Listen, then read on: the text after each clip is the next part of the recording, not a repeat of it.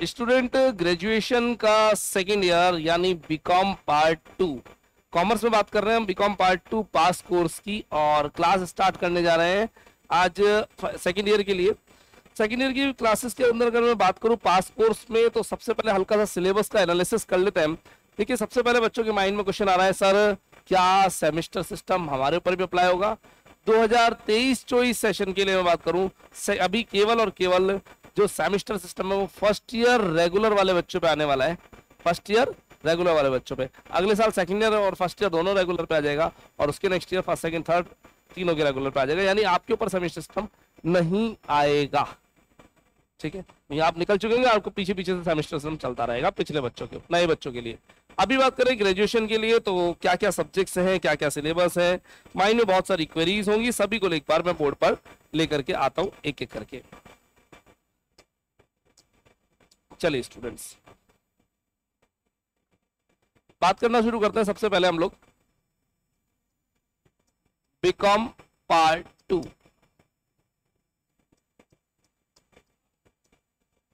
Second year. Start करने से पहले मैं अतिशय जैन, लेखा कॉमर्स क्लासेस से। मेरा फोन नंबर 9983912345, 9983712345। ऊपर वाला नंबर कॉलिंग और व्हाट्सएप दोनों के लिए, नीचे वाला नंबर ओनली कॉलिंग के लिए। तो आप प्रेफर करें फर्स्ट नंबर पर, मुझे कॉल और व्हाट्सएप कनेक्ट हो सकते हैं। बीकॉम पार्ट 2 के लिए अगर मैं बात करूं, तो ओवरऑल हमारे पास ये ईयर बच्चों सबसे इंटरेस्टिंग ईयर होने वाला है। इंटरेस्टिंग बोले तो कैसे? देखो, सबसे पहली बात, जब से आज तक आप पढ़ते आए हो, भाई एक मिनट, आपने पढ़ाई कब से शुरू करी? सब बचपन से, इनिशियल नर्सरी लेवल से चल रहे हैं। Nursery, KG, UKG, LKG, prep, first year, sorry first से लेकर के 12 तक की सारी क्लासेस। आज तक कई बार ऐसा फील हुआ होगा कि हम पढ़ रहे हैं और पढ़ते वक्त ये लगे यार ये पढ़ा हुआ काम कब आएगा। कभी कभी जब फ्रस्ट्रेट हो जाते हैं, पढ़ा हुआ कभी काम भी आएगा या केवल किताबों में पढ़ना है ना? कुछ समझ नहीं आता कि ये पढ़ी हुई चीजें काम भी आने वाली है नहीं आने वाली। बहुत बड़ा अजीब सा कंफ्यूजन सब क्रिएट होता है बच्चों के माइंड में। बच्चों फील होता है कि सब एडिशन, सब्सट्रैक्शन, मल्टीप्लाई या डिवाइड काम आएंगे, परसेंटेज काम आ जाएगा, टेंसेस काम आ जाएंगे इंग्लिश के, बाकी तो सब पढ़ा हुआ वेस्ट सा है, कुछ काम आने वाला नहीं है। लेकिन ये सेकेंड ईयर ऐसा कोई टॉपिक नहीं है जो आपकी प्रैक्टिकल लाइफ में काम ना आए और ना आता हो। मींस आज की लाइफ में, डेली लाइफ में आप पूरी सेकेंड ईयर को काम में लेते हैं, प्रैक्टिकली लेते हैं, डेली लेते हैं। हर चैप्टर आपकी लाइफ से जुड़ा हुआ मैं दिखाऊंगा। आप रेलवे स्टेशन से उतरे, ऑटो वाला रखिए, ऑटो वाले को और से किराया पूछा ऑटो का, ऑपरेटिंग कॉस्टिंग पूरा चैप्टर हमारे पास। आपकी जो शर्ट आई है, शर्ट टेढ़ से ऐसी नहीं उतरी थी, है ना? कपड़ा बना, कॉटन बनी, कॉटन से कपड़ा बना, यान, कॉटन से यान, यान से कपड़ा, कपड़े की डाई, डाई से stitching, printing, labelling, packing, process, accounting, पूरा चैप्टर है अपने पास। आपके घर में मम्मा एक बार में दाल 2 किलो ही मंगाती है, जबकि साल भर में 20 किलो दाल खानी है। 20 किलो क्यों नहीं मंगा लेती है? 200 ग्राम क्यों नहीं मंगा लेती? 2 ही किलो क्यों मंगाती है? इन्वेंट्री मैनेजमेंट चैप्टर है अपने पास। हर चीज, जितने भी टॉपिक्स पढ़ेंगे सब कुछ प्रैक्टिकल लाइफ में पढ़ा हुआ काम यहां से आएगा। यानी इंटरेस्टिंग है। सबसे बड़ी बात, मजे की बात, आपने आज तक कुछ पढ़ा नहीं पढ़ा कोई फर्क नहीं पड़ता। सेकेंड ईयर में टैक्स पढ़नी है, कॉस्टिंग पढ़नी है, फाइनेंशियल मैनेजमेंट पढ़नी है, तीनों का आपको जीरो आता है, जीरो, कुछ नहीं आता। सारे बच्चों का लेवल एक जैसा होगा। तो इस क्लास में अगर आप 8th क्लास के बच्चों को बैठा दोगे ना, पूरी क्लास समझ में आएगी, क्योंकि पुराने पढ़े हुए से कोई लेना देना है ही नहीं। यानी यहां मैं नहीं कहूंगा आपने फर्स्ट ईयर में बच्चों ऐसा पढ़ा होगा ना, सेकंड ईयर में आपने ऐसा पढ़ा होगा ना, मैं कुछ नहीं कहूंगा, है ना? यहाँ डायरेक्टली मैं बात करूंगा कि आप जीरो से स्टार्ट करेंगे बच्चों। तो जीरो से स्टार्ट करेंगे, प्रैक्टिकल होगा, डेली लाइफ में देखते होंगे। और सबसे मजे की बात, जिनको अकाउंट से डर लगता है, इस साल अकाउंट्स है ही नहीं। सेकेंड ईयर में अकाउंट्स ही नहीं आती, फिर क्या आता है? क्या पढ़ रहे हैं अपन? आइए बताता हूं। देखिए, बिजनेस के 3 रूप होते हैं बच्चों। नंबर 1 सोल प्रोप्राइटरशिप, यानी एकल व्यापार, जिसके अंदर सिंगल ओनर होता है, वही कैपिटल लगाता है, वही डिसीजन लेता है, वही प्रॉफिट एंड लॉसेस को डिस्ट्रीब्यूट करता है, वही सब बिजनेस के सारी एक्टिविटीज को करता है। सेकंड पार्टनरशिप,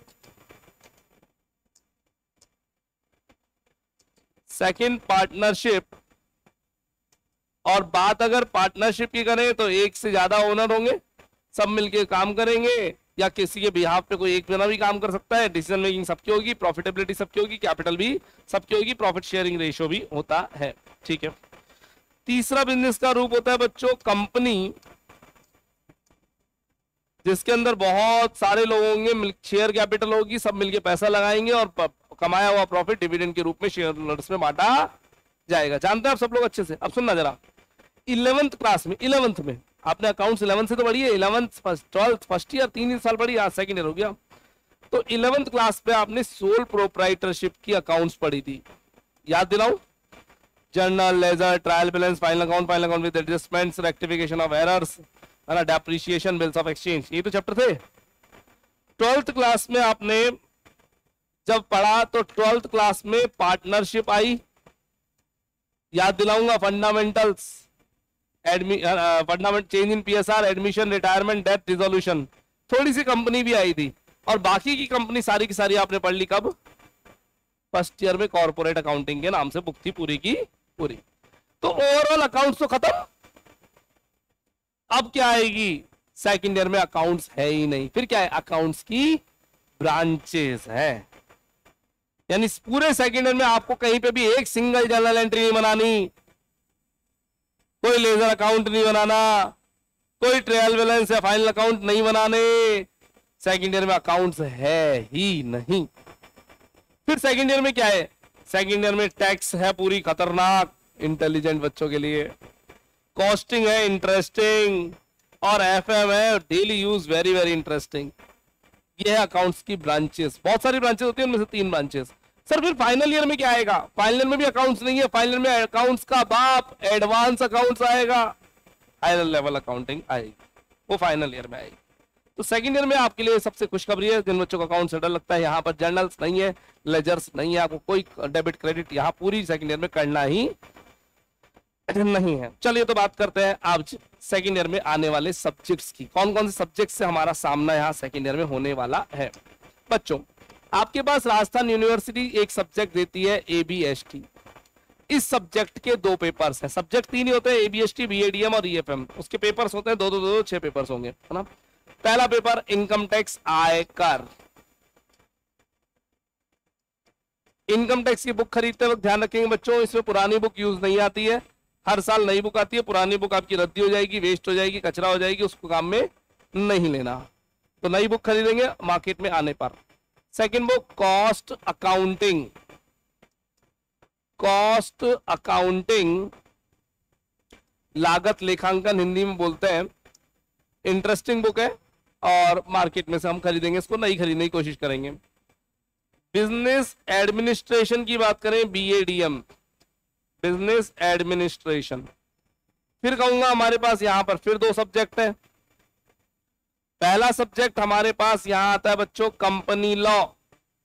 सर ये तो लास्ट ईयर भी था। नहीं नहीं नहीं नहीं, लास्ट ईयर आपके पास बिजनेस लॉ था, वहां बिजनेस के लॉज थे, contract act, sales of goods act, partnership act. यहां पर कंपनी के एक्ट्स आएंगे, केवल और केवल कंपनी के लॉ की बात करेंगे, यानी कॉर्पोरेट वाले लॉ। सेकंड सब्जेक्ट हमारे पास BADM में यहां पर आता है मैनेजमेंट के नाम से, मैनेजमेंट, जिसमें हेनरी फियोल के सिद्धांत आपके BST वाला पूरा का पूरा पार्ट है, जो कि 11th 12th में आपने पढ़ा हुआ है, उसको उसका हायर लेवल है। अगर बात करें EAFM की, तो फिर हमारे पास 2 सब्जेक्ट आते हैं। Number 1 economic environment in Rajasthan.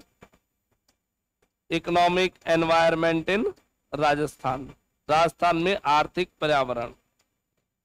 इस बुक में थोड़ा ध्यान दीजिएगा, पिछले 2 साल पहले ये इकोनॉमिक एनवायरनमेंट इन इंडिया हुआ करती थी, इंडिया, अब राजस्थान हो गया, तो राजस्थान पे फोकस होकर बात करी जाएगी।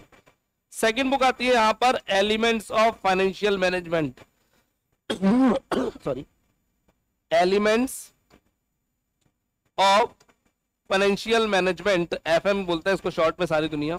ये प्रैक्टिकल बुक है। तो प्रैक्टिकल क्या क्या है हमारे पास, मैं हाईलाइट करना चाहूंगा बच्चों। हमारे पास प्रैक्टिकल इनकम टैक्स है, कॉस्ट अकाउंटिंग है और फाइनेंशियल मैनेजमेंट है।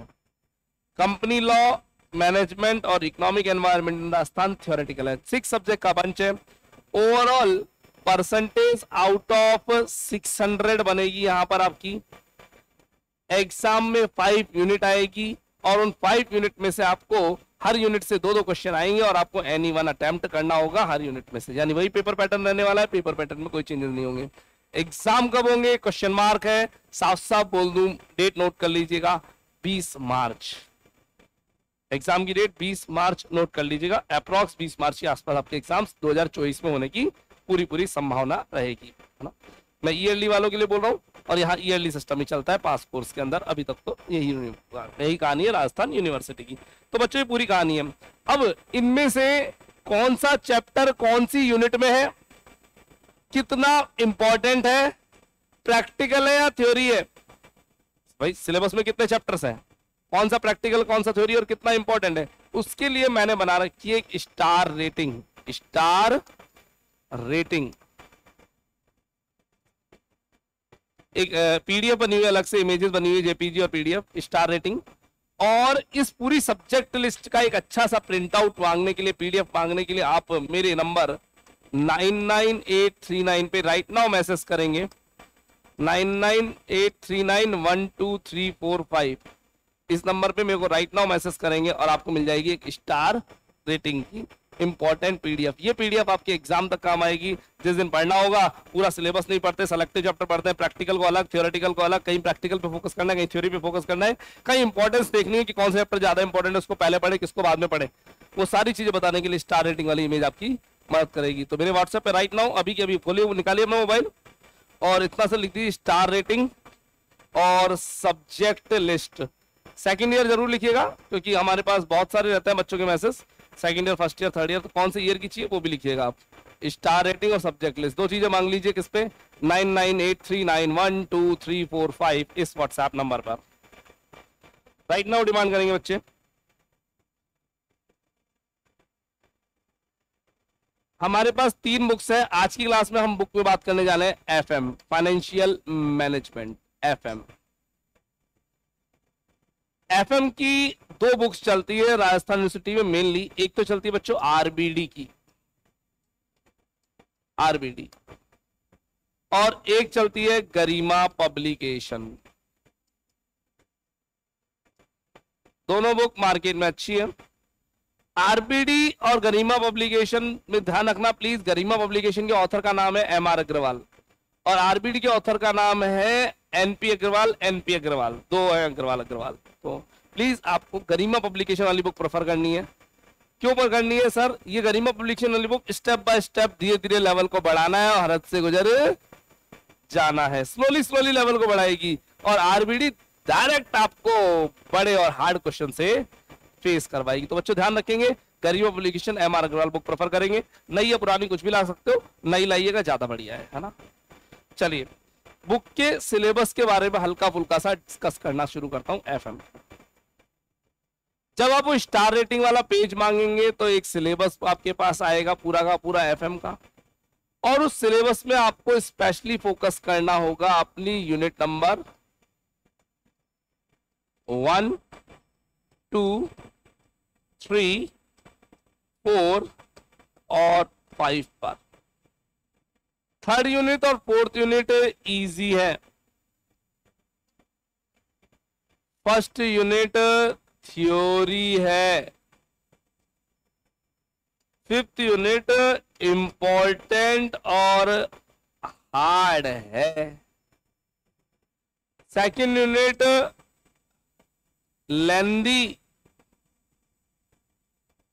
लॉन्ग है थोड़ी और हार्ड है।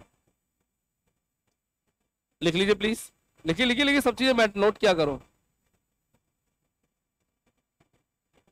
इस पूरी बुक में एक मजे की बात, आप कहीं से भी कोई भी चैप्टर पढ़ सकते हो। ओवरऑल 14, 15, 14, 15 चैप्टर्स का सिलेबस है। उस सिलेबस में आप चाहो कि मुझे डायरेक्टली चैप्टर नंबर 12 पढ़ना है, यू कैन स्टार्ट। क्यों, किसी भी चैप्टर का किसी दूसरे चैप्टर से लिंक नहीं है। मींस आप ये मानेंगे कि एक चैप्टर दूसरे चैप्टर से कोई रिलेशन नहीं रखता, तो आप जो चैप्टर चलना चाहे पढ़ सकते हैं। यानी कपिल शर्मा के शो की तरह जहां से देखना शुरू किया वहीं से समझ में आना स्टार्ट। रिकैप देखने की जरूरत नहीं है, अब तक आपने देखा कि आपको रिकैप देखने की कोई नीड नहीं पड़ेगी, ठीक है ना। तो ये भी बात रही यहाँ पर। आज हम यहाँ पे चैप्टर जो शुरू करने जा रहे हैं उस चैप्टर का नाम मैं बोर्ड पे लेके आता हूँ, हल्का फुल्का पढ़ेंगे, ज्यादा नहीं। चैप्टर का नाम है management of inventory. Management of inventory, inventory का मैनेजमेंट। सर यही चैप्टर क्यों शुरू कर रहे हो? ये चैप्टर एफएम की बुक में भी है और कॉस्टिंग की बुक में भी है। कॉस्टिंग की बुक में इस चैप्टर का नाम चैप्टर 3 मटेरियल कॉस्ट कंट्रोल बोलते हैं, और एफएम में भी 20 मार्क्स का है और कॉस्टिंग में भी 20 मार्क्स का है चैप्टर, और श्योर आता है एफएम में भी और कॉस्टिंग में भी। तो ये चैप्टर 20 का हुआ या 40 का हुआ? 40 मार्क्स का चैप्टर हो गया, तो चैप्टर पे लग गए 5 स्टार, क्योंकि ये टैक्स कॉस्टिंग में भी और एफएम में। सर आप कहां से पढ़ाओगे? दोनों बुक से? हाँ मैं दोनों से पढ़ाऊंगा, पर एफएम वाली से मैं पहले पढ़ाता हूँ हमेशा। एफएम में इजी है, कॉस्टिंग में थोड़ा लेवल हाई है। 5 स्टार। प्रैक्टिकल चैप्टर है, लिखना शुरू करें। प्रैक्टिकल है, लेवल इजी है या वेरी इजी है? नहीं वेरी इजी नहीं है, इजी है, इजी इजी है। हमारी एफएम की, अभी हम एफएम से पढ़ रहे हैं ना, अभी हम एफएम से पढ़ रहे हैं। यूनिट नंबर 5 में आता है, एफएम की यूनिट नंबर 5 में आएगा मैनेजमेंट ऑफ इन्वेंट्री। चैप्टर कहता क्या है ये बात ध्यान से सुनिएगा।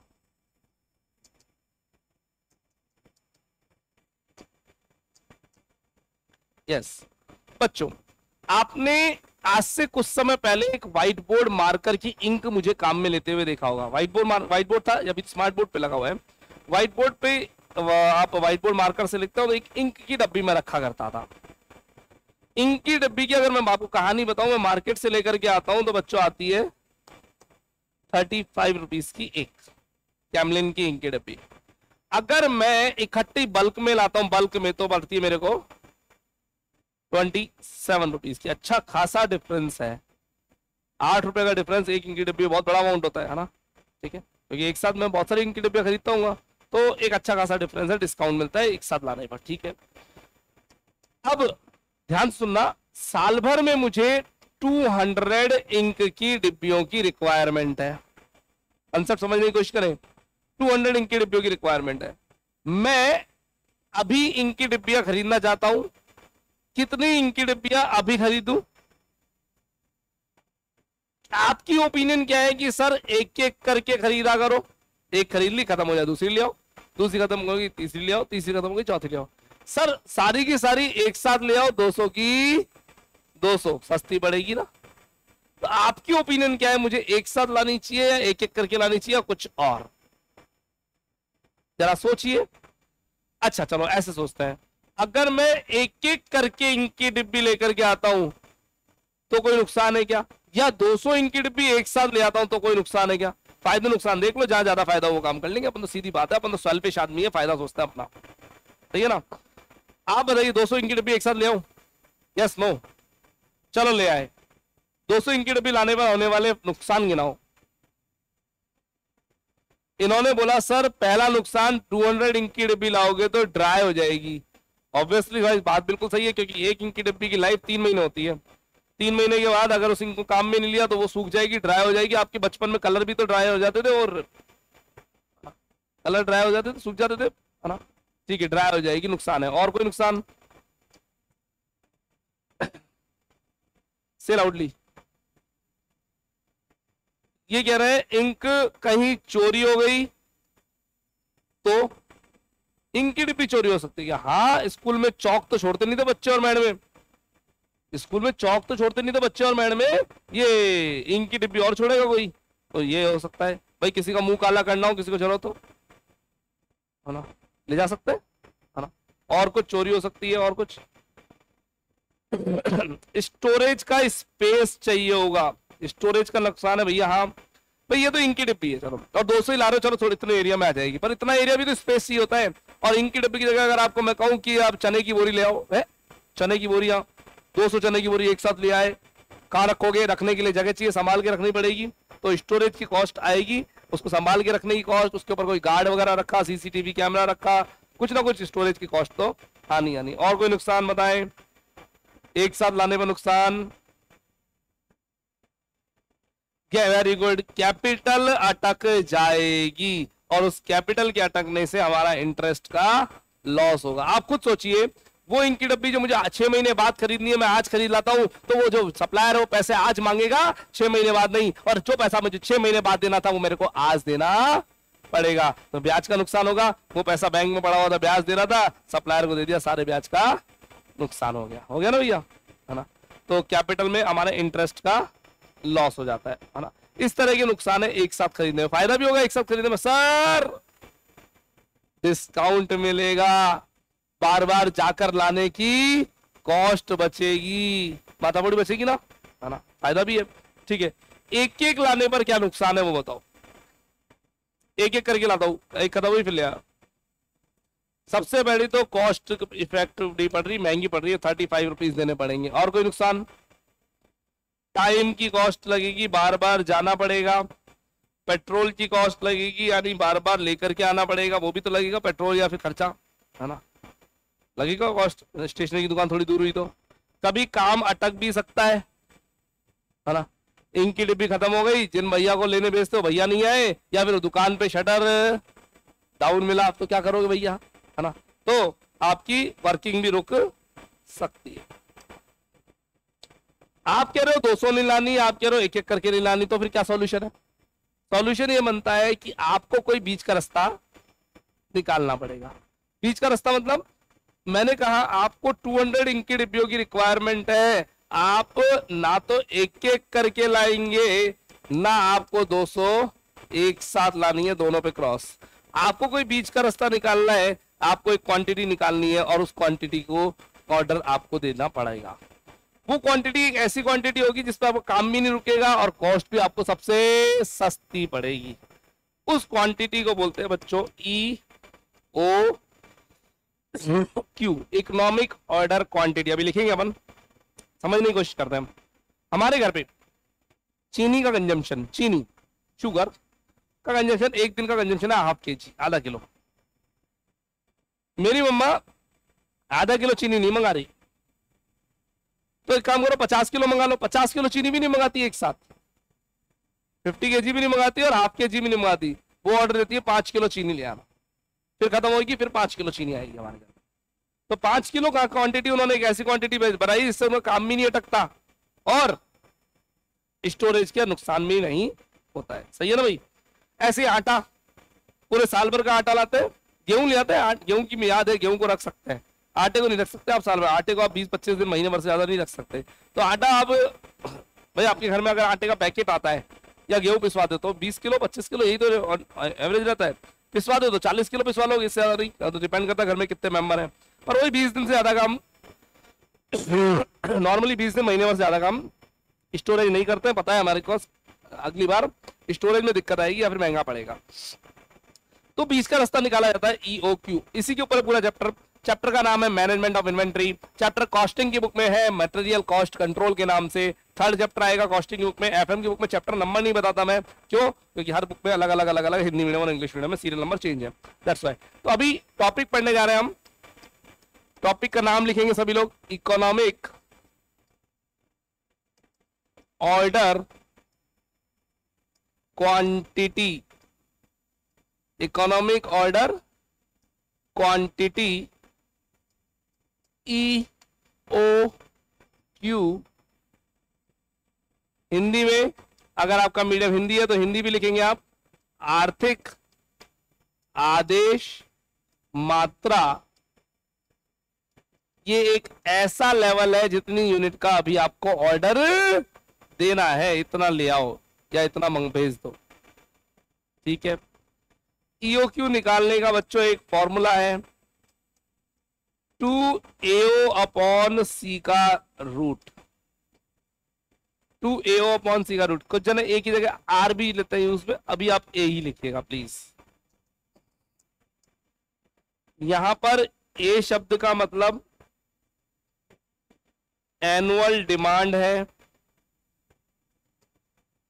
एनुअल डिमांड, साल भर में कितनी इंक की डब्बियां, साल भर में कितना आटा, साल भर में कितने पेन कंज्यूम हो जाएंगे।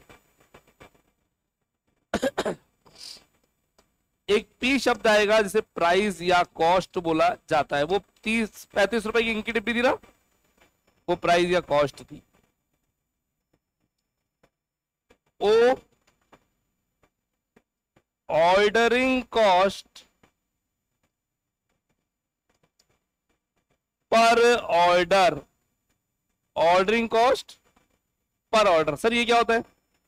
जाकर के लाने की कॉस्ट, यहां से गए 50 रुपए लगे, पेट्रोल जला और वापस आए, तो 50 रुपए हमारी जाकर के लाने की कॉस्ट है, ऑर्डरिंग कॉस्ट पर ऑर्डर, एक बार जाने की कॉस्ट है। C carrying cost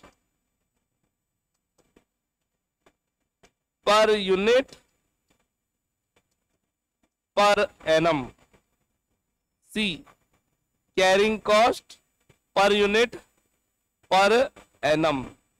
carrying cost, एक यूनिट को 1 साल तक संभाल के रखने की लागत। अरे भैया पेन ड्राई हो जाएगा, इंक ड्राई हो जाएगी, तो इंक को, पेन को 1 साल तक अगर संभाल के रखता हूं तो उसकी कितनी लागत आती है, सब क्वेश्चन में दिया होगा। कैरिंग कॉस्ट नॉर्मली परसेंटेज में होती है, परसेंटेज होती है किसका? पी का, ऊपर वाले पी का परसेंटेज होती है, लिख लीजिए प्लीज, परसेंटेज ऑफ पी। इस पूरे कंसेप्ट को समझने के लिए मैं एक एग्जांपल लेना चाहूंगा बोर्ड पे प्लीज।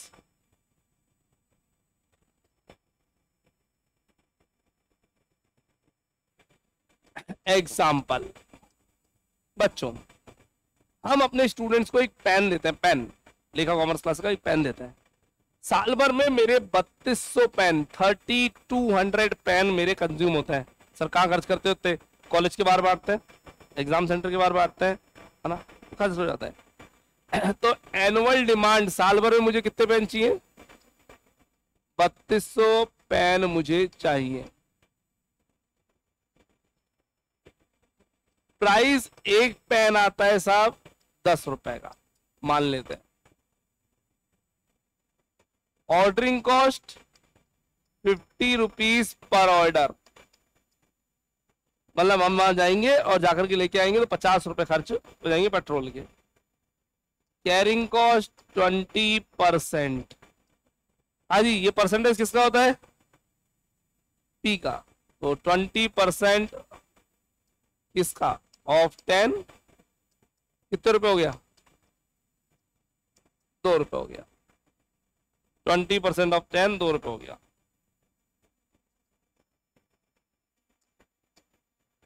सोल्यूशन, मुझे क्या चाहिए पता है? सुनो मेरी रिक्वायरमेंट, ये 3200 यूनिट सारी की सारी एक साथ मंगा लूं या टुकड़े मंगाऊं? कितनी मंगानी है? इतने का फोन करो, भैया इतने पेन भेज दो। Solution, EOQ 2AO upon C का root 2 into annual demand please 3200 unit. Ordering cost please 50, carrying cost 2 और अंडर रूट से घबराना नहीं, कैलकुलेटर पे बटन है, डिवाइड करके चेक करें प्लीज।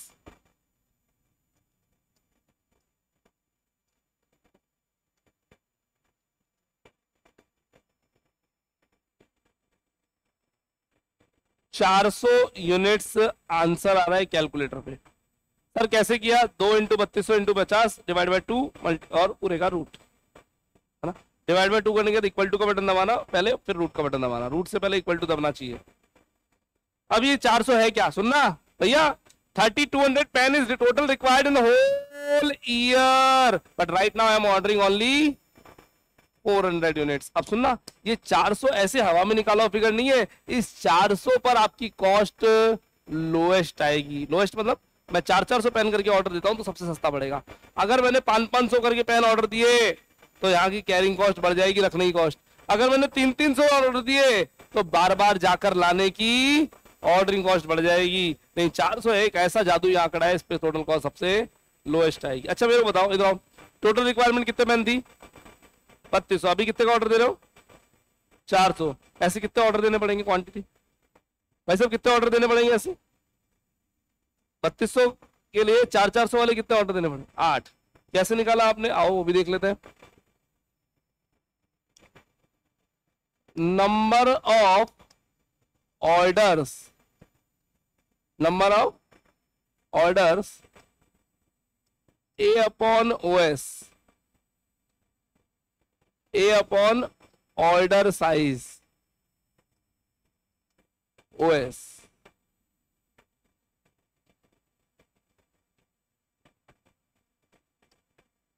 Order size.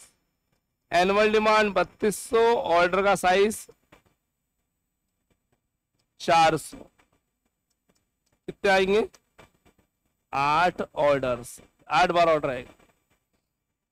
साल में महीने कितने होते हैं, अजी साल में महीने कितने होते हैं, 12, 12 महीने में 8 ऑर्डर देने हैं, तो 2 ऑर्डर की गैप कितना होगा, 1.5 महीने का। अगर 12 महीने में 6 ऑर्डर देना हो तो 2 महीने गैप होगा, 2 महीने का होगा है ना। अभी 12 महीने में 8 ऑर्डर देने हैं, तो गैप कितना होगा, गैप कैसे निकालते रहो, टाइम गैप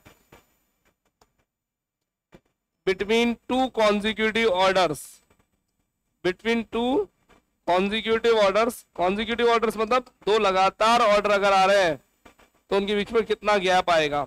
बहुत सिंपल, ऊपर आप 365 या 12 कुछ भी रख सकते हो, ऊपर आप 365 या 12 कुछ भी रख सकते हो। 365 रखोगे तो आंसर डेज में आएंगे, 12 रखोगे तो आंसर मंथ में आएंगे। नीचे नंबर ऑफ ऑर्डर्स, नीचे नंबर ऑफ ऑर्डर्स मैंने 12 रखा, नीचे नंबर ऑफ ऑर्डर्स 8 है क्योंकि 1.5 मंथ, 1.5 मंथ, यानी 1.5 महीने के पीरियड में आपको दोबारा ऑर्डर लगाना पड़ेगा हर 1.5 महीने के गैप में। तो मेन फॉर्मूला EOQ, उसके साथ नंबर ऑफ ऑर्डर्स और टाइम गैप हमने पढ़ा है। प्लीज नोट करें इसको,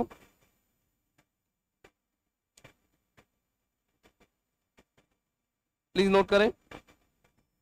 ये चैप्टर का अभी तक अपन ने 25% एरिया पढ़ लिया, 25% एरिया। अब इससे सीखेंगे हम टोटल कॉस्ट निकालना। क्या ये कहानी समझ में आ रही है क्या? 3200 यूनिट का ऑर्डर देना था, पूरी एक साथ नहीं देनी है, धीरे धीरे 400 400 400 करके देनी है। उस पे 8 ऑर्डर लगेंगे और 2 ऑर्डर के बीच में 1.5 महीने का गैप आएगा। अब इसके बाद अगला कंसेप्ट आता है इसके अंदर, टोटल कॉस्ट का। टोटल कॉस्ट कितनी आएगी पूरे साल भर में, तो उसके लिए प्लीज बोर्ड पे देखो, PC plus OC plus CC करना पड़ेगा। ये क्या है? Purchasing cost plus ordering cost plus carrying cost. भाई समझो, खरीद के लाए, खरीदने की कॉस्ट, लाने की कॉस्ट भी तो लगेगी, बड़ा लगेगा नहीं लगेगा, वो भी लगेगा। कैरिंग कॉस्ट, रखने की कॉस्ट भी लगेगी, तो तीनों कॉस्ट लगेगी, तीनों मिलकर के टोटल कॉस्ट बनती है। Purchasing cost plus ordering cost plus carrying cost. इसको अपन अपनी नेक्स्ट क्लास में पढ़ेंगे। मेरा फोन नंबर नोट करें, जो नए बच्चे रहेंगे ऑनलाइन प्लीज 9983912345। वॉइस ज्यादा अच्छी है उसके लिए प्लीज ईयरफोन या हेडफोन का यूज जरूर करें। Thank you.